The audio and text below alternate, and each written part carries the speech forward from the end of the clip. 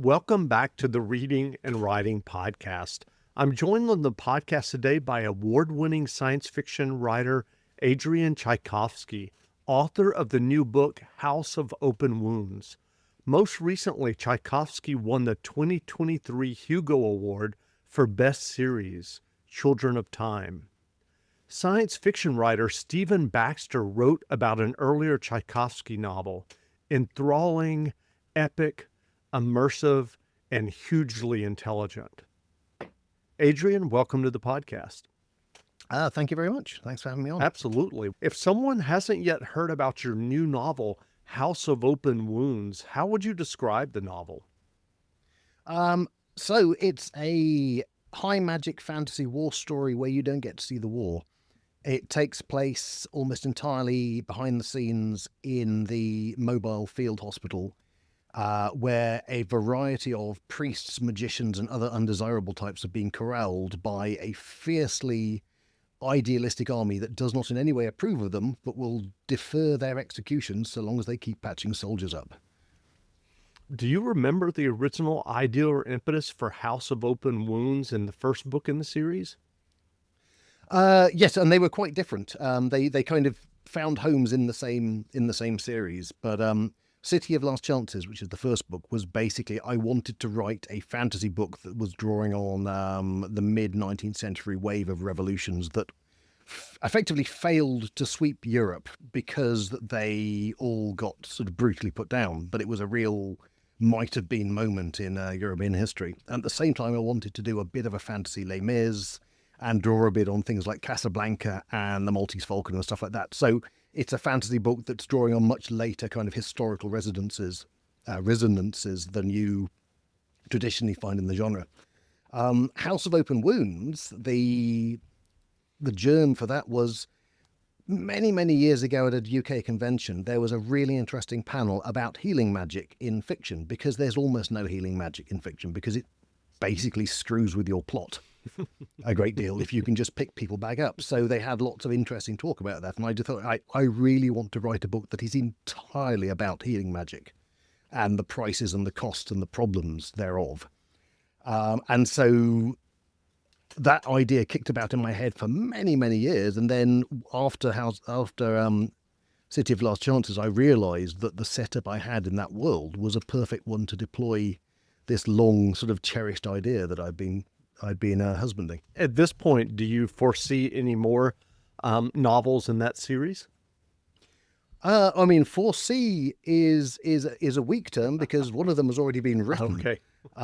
There's a book hopefully going to be called Days of Shattered Faith, which will be sort of expanding the world. And the series as a whole is called The Tyrant Philosophers, and the Tyrant Philosophers are the army in question, the Palatine, who are these kind of ruthless ideologues who are perfecting the world as they see it by turning everyone into them, making sure everyone kind of follows their rules and laws and weights and measures and all that sort of thing. And there is more than a touch of kind of Western colonialism in the way they approach places, and that's going to be very heavily on view in the third volume, and I'm hoping for another two after that. How did your background in zoology and psychology influence your writing, especially your depiction of alien and insectoid species?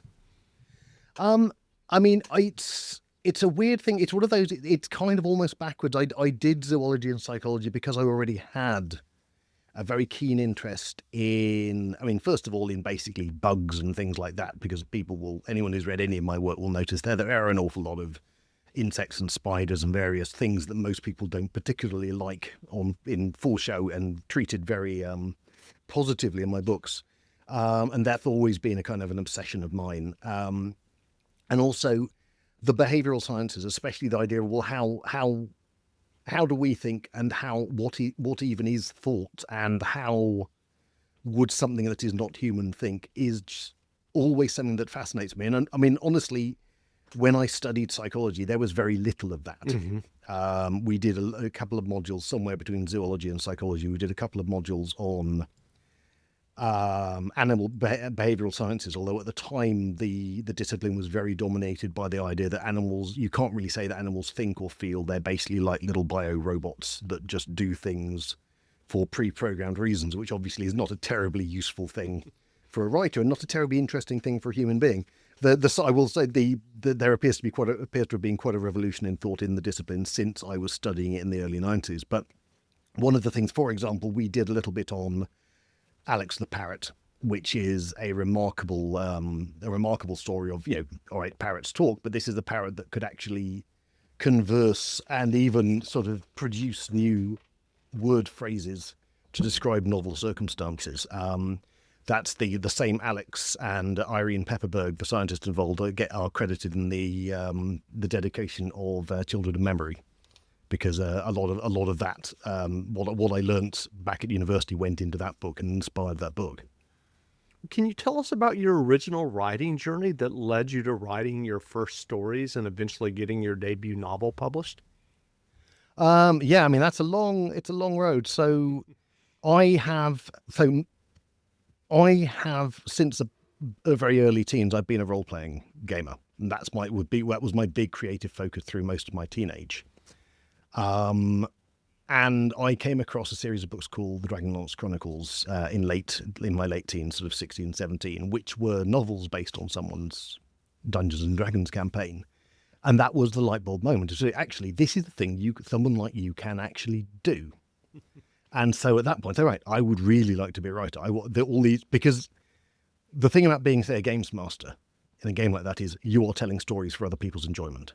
And other people are collaboratively telling those stories with you. But it's very much the stuff you create, you are creating for other people to consume. And in fact, in the way of sort of designing worlds and designing characters, there's a lot of crossover of skills. And so the idea of telling those stories for a wider audience and creating those worlds for a wider audience really appealed to me. Now, what I didn't have at that point was any kind of actual writing craft, because it's a very different skill. It's not a skill that role playing necessarily will give you, because it's very much its own thing. And it took me a long time to get my writing style to the point where it was publishable. So I was submitting and being rejected for about 15 years before I finally got an agent and actually got on the road to publication in about sort of 2007. So, yeah, I mean, and I suspect that if I'd been more willing to accept criticism and found some good sort of feedback, I might have been able to shortcut that. But, we all find our own road. And can you tell us about your own road? I mean, you said that, you weren't accepting that much feedback. I'm just curious, what did it take you to get your writing chops up to the point of being publishable? Literally just doing it over and over again. So I would basically write about a book a year and I would submit it and it would get knocked back. And by the time it got knocked back, I would already be writing the next one.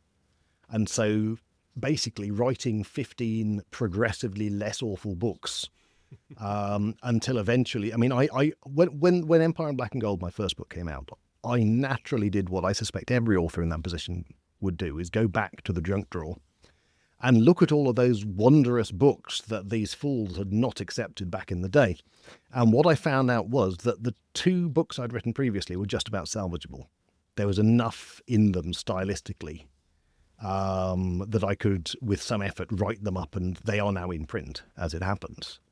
The book before that would not have been worth the time spent in sort of resurrecting it rather than just writing something new. And so it was a bit of a sort of a dash of cold water in the face to discover, actually, no, back then when I thought I was writing this gold dust that these foolish publishers were just turning down, actually, no, it really wasn't that good. What are some of the challenges and benefits of writing a long-running series such as Shadows of the Apt, which currently spans 10 books and several short stories? Yes, I mean, 10 books is crazy. Getting to the end of that series and looking back now feels like I was walking a tightrope all that time and didn't realize it, because one of the things I never really clocked was, actually, you're not guaranteed to get to finish a series. And there have been plenty of series I've seen, plenty that were being written at the same time by my peers who entered the business at about the same time I did, which didn't get the chance to finish, because it's quite a ruthless industry. And if your sales figures are not good, they're not going to keep putting the books out. And so that, I guess that's one of the big drawbacks. If you have plans for this enormous series that needs to get to book 8 to fully realize your grand vision, maybe that's not the best idea. Certainly not the best idea to do it as your first thing. I had the advantage with Shadows of the Apt. It's a 10-book series, but it's a 4-book series, and then 3 books, and then a 3-book series. So rather like Insects, it segments neatly into 3 parts, which did mean that if they'd put out the first 4 books, which I was pretty much guaranteed because they were written, and they were releasing them on quite a fast sort of release schedule, just a few months apart, that we kind of knew we were going to get those books out. And if they'd finished there, it would still have been a perfectly satisfactory conclusion for the readers, which I do think is an enormously important thing, especially if you want to keep them for your next series. You mentioned role-playing earlier. Do you still role-play? I absolutely do. I never stopped. So I'm currently running 1 campaign and I'm playing in 2 more. Weirdly, a very small fringe benefit of the lockdown was suddenly we all discovered playing online. So rather than meeting twice a year and just sort of playing for a solid weekend, the idea of just doing online weekly sessions happened, and now that's very much the standard way of doing things for a lot of the stuff I do. What games are you playing, if you don't mind my asking? No, I'm playing currently. I'm in a RuneQuest campaign, and I'm in a Dungeons and Dragons 5th Ed campaign, and I'm running a Warhammer Fantasy roleplay game. Interesting. I haven't heard RuneQuest in quite a while. I was a huge role player. Yeah, well, Chaosium, about, I want to say 5 or 6 years ago, put out a really nice new edition, and which is continuing to be supported. Oh, wow. With just this enormous wealth of material. So that it was always a game I knew about but had never played, and it's been really fun to get into it. And I'm curious, have you ever written any role-playing modules or books? I have done effectively piecework. So there's actually, I think it literally, the print version came out today. It's called Chains of Asmodeus. And that is a Dungeons and Dragons 5th Ed campaign set in the Hells. And they got me in to write monsters and locations and encounters and stuff around the main plot. So I haven't done any of the story work on it, but I've done lots of kind of hell-related places and stuff, and that was a lot of fun. It's weird. There are other games projects I can't talk about for NDA reasons, but again, I've done piecework. I've taken stuff they've given me and fleshed it out. I've written prose around the setting, so I've done quite a lot of stuff, but I've not actually sat down and been, as it were, the showrunner for a campaign. And it's the really interesting thing and the really useful thing that I discovered from that is it doesn't actually engage the same part of my head as writing prose of my own for myself, because I'm not generating the story. Sure. So I can do that kind of work and it doesn't get in the way. Right. Well, talking about your novels and writing prose, what was your writing process for your new novel, House of Open Wounds? And I'm curious, is it the same for you from novel to novel? Are you someone who outlines or plots extensively, or do you just have kind of the basic idea and kind of dive into the narrative? How does that work for you? With the new book, I had the same start point. So I started with the world as before. There we go, I'm back. So I started with the world as before. Did that in a great deal of detail, worked out who the interesting people were. So in City of Last Chances, it's set in an occupied city. You have all of these factions. There are factions of revolutionaries, there are the Palestine occupiers, and there are an awful lot of perfectly normal people just trying to live their lives in a city which is very, very much going towards this enormous sort of powder keg revolution. And then I just kind of let them get on with it. And I followed them around, and I went from person to person, and so the viewpoint skips around a lot, and I ended up with this mosaic which has a plot, but the plot is kind of background, and in the foreground is just the individual stories of these people in this increasingly dangerous situation. And then in House of Open Wounds you get the same sort of thing, but you're following the various members of the medical department and the associated people around them as the army they're in just gets bogged down in this increasingly grueling war, and as the sort of the ideological suspicions of the army towards the medicos gets more and more hostile, so that it's fairly obvious that the rather tenuous life they've got within the army is not going to last forever, because they are just they are ideologically unsound and someone is going to say get rid of them. But it's very much, I didn't know what would happen. I didn't know if the book would even have a structure or end within like 500,000 words or anything like that. And so pleasingly, it all did come together with only a little tinkering. But also that's proved to be a really fascinating way of writing. I don't think I would do it with my average book. I'm still plotting books in other series as I would normally would. But for this series and for maybe a few other projects, it's quite a nice thing just to let my imagination off the leash. And I think the reason I'm able to do this is I've been going long enough that I have enough confidence in my ability my subconscious's ability to have a safety net. That some part of me, even if I don't consciously determine where it's going, some part of me has enough feel for the structure of books. Given your experience since 2007, what writing advice would you offer for those who are working on their own stories or novels? Well, this is the $64,000 question. This is an enormously difficult question to find a useful answer to, rather than just platitudes. One reason is my writing process is very different to most writers' writing process, who are very different to each other. Mm-hmm. Every writer kind of has their own. Basically, it's a bit like you're a craftsman, but you have to make your own tools from nothing. So everyone's tools look very different, even if the thing they're making at the end still looks like a chair. Which means that slavishly trying to do what I do will not work for almost anyone. And similarly, if I tried to do, for example, Gareth Powell is an excellent writer. He is absolutely a pantser. He just writes it because he says if he plots it out, he gets bored of it and then he can't write it. I couldn't work like that. I need to at least have the world. I need to have that solid foundation. Mm-hmm. But everyone goes in their own way. So that kind of advice on process, I think, is of such limited utility. So what I normally fall back on is what you can control and what you can't control. And one of the things to absolutely know as a writer in search of publication is most of the business is stuff you cannot control. You cannot control the market. You cannot control what the publishers are looking for. You cannot control any of that. You are rolling a dice with the odds very heavily stacked against you every time you submit anything. However, if you keep rolling that dice, then hopefully at one point you will roll, in the gaming maxim, you will roll that natural 20 or however you want to put it. And at that point, your manuscript has gone before an editor who is in a position to commission something and is looking for this kind of thing, whatever it is, and has had a good lunch and is feeling well-to-do with the world, and all of these factors have suddenly lined up in your favor. And at that point, you need to make sure the thing you put in front of them is absolutely the best thing it can be.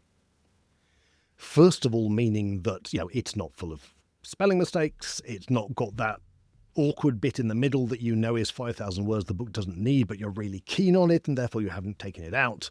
It doesn't have maybe a really slow, draggy start thing. And I appreciate this is very contentious. There is nothing wrong with a book that is a slow burn and takes time to build. But if you are a writer that your editor doesn't know, and if the first 2 chapters are the only thing they're going to see, that may not be the best introduction. I appreciate that. I am on thin ice with that because and I feel it. Maybe I'm not giving the best advice, but still, literally, they're only going to be reading the first couple of chapters unless those couple of chapters really hook them. Sure. So that just purely practically try and have something in there that tells the reader this is going to be a really good book. The other thing is don't write to the zeitgeist necessarily. There's always a particular type of book that is fantastically successful when you're writing. It is very tempting to say, I'll write my version of that book and I'll submit it. And the problem is by the time you have submitted that book, that zeitgeist is tepid. By the time that your publisher, the editor has read it, it's cold. And by the time the book might come out, it's gone. It's in the rearview mirror and receding at a rate of knots. And the second problem with writing to the zeitgeist is so has everyone else. So, at the moment, for example, romantasy is a big thing. You submit your romantasy book and the editor looks at it and thinks, this is like the 97th romantasy book I've seen on my desk. Yep. I've had it. If you write the book that is unique to you, the book that specifically speaks to you, the book that only you can write, at least it's not going to be competing with 1,000 clones when it hits the desk.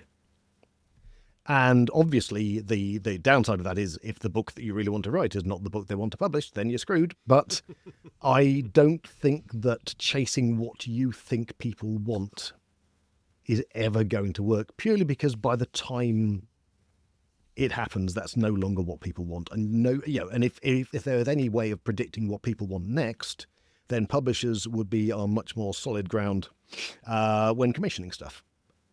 It's always, no one knows what the next big thing will be until it's the next big thing, and then everyone's running to catch up. That's great advice. I was going to ask you if you were working on another novel, but then I glanced at your website. Wow, 2024 is going to be a busy year for you. First, there's House of Open Wounds, which we've been talking about, this fantasy novel. Mm-hmm. Then you have 2 different standalone science fiction novels upcoming, Alien Clay and Service Model. And then you have a new science fiction novella, Saturation Point. You're super busy. I am. Well, I mean, to put that into perspective, there are, I think, 7 separate novel and novella manuscripts over and above those that I have finished that haven't even been announced yet, because I work as far ahead of deadline as I can possibly manage. I am currently working on books that won't see the light of day for a good 3 years, I suspect. Do you have particular a particular working style or writing rituals? I mean, are you ever working on, for example, 2 manuscripts at once, or do you have to focus on one and finish it to completion before moving on? How does that work for you? For the actual writing process, it's always one at once, and I very much tunnel into a given book. I try and get a chunk of it done, usually a particular plot beat done every time I sit down, and I try and sit down to it at least 6 days out of 7. Mm-hmm. But of course, publishing doesn't work like that. So what usually happens is there is a bit of a conveyor belt. So I'm always writing one, mm-hmm. but I'm frequently at various stages of edits, with 2, possibly even 3. So there is this kind of conveyor belt. But again, the editing stuff does not use the same part of my brain. So I will write in the morning, I'll kind of tap out of inspiration, I'll go home, I will do whatever editing stuff has landed on my desk, and get that done in the afternoons. And then hopefully by the next morning, I've mulled over in the back of my head the next beat of the thing I'm writing. Mm-hmm. So I'll be able to sit down and do that. Well, what novels have you read recently that you enjoyed?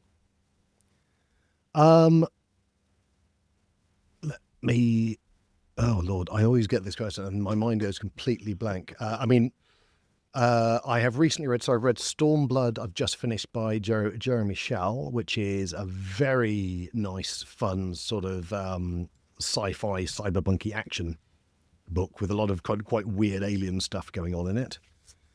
A lot of the stuff I'm reading at the moment is I've had a slew of arcs and things. I'm not quite sure what I can talk about or what I can't mm-hmm. talk about.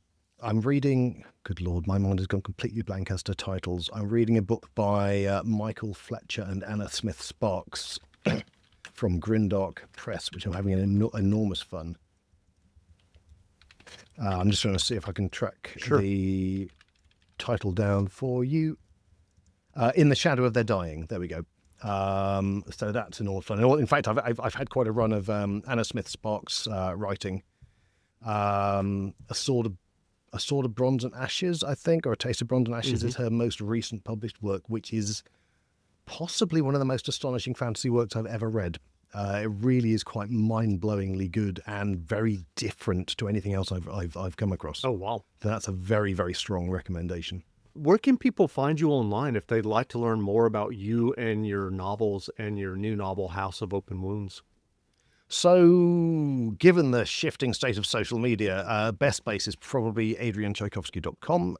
It is updated moderately often, and usually, certainly, if you want to find out about what the books are, what books there are. I mean, I think I'm now over 50 books.